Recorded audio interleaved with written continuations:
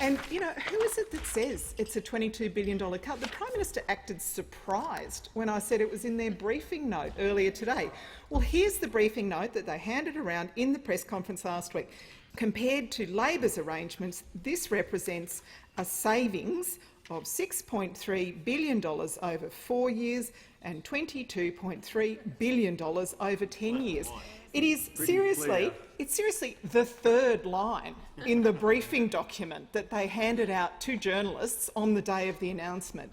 So any pretence that this is an increase is shot down in pieces.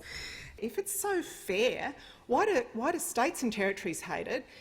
Public educators hate it, principals, teachers, P&Cs. Why do Catholic schools hate it? Why is this proposal completely friendless if it is so fair? Under Labor's policy, more than 80% of extra funding would have gone to public schools because they are the schools that educate the greatest number of disadvantaged children. AEU modelling shows that under the Liberals' policy, less than 50% of funding will go to public schools, compared with the 80% that would have gone under our proposal.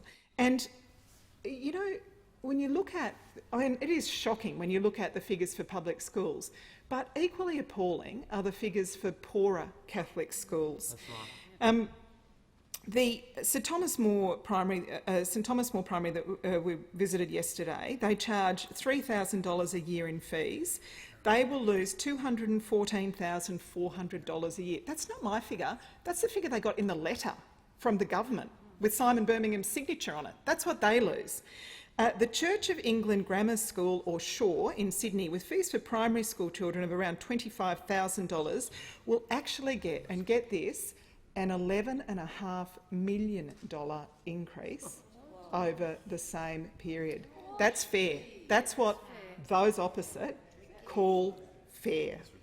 And simpler, really simpler. This is cutting funding from public schools and Catholic schools, and at the same time managing to actually advantage some of the wealthy schools that they say they're going to go after. I want to remind those opposite that one of the best and most important investments we can make as legislators, as we do as parents, is an investment in our children's education. Yeah. All our children's education. Doesn't matter which system, doesn't matter which state, these $22 billion of cuts do the opposite. The member's time has expired. Yeah.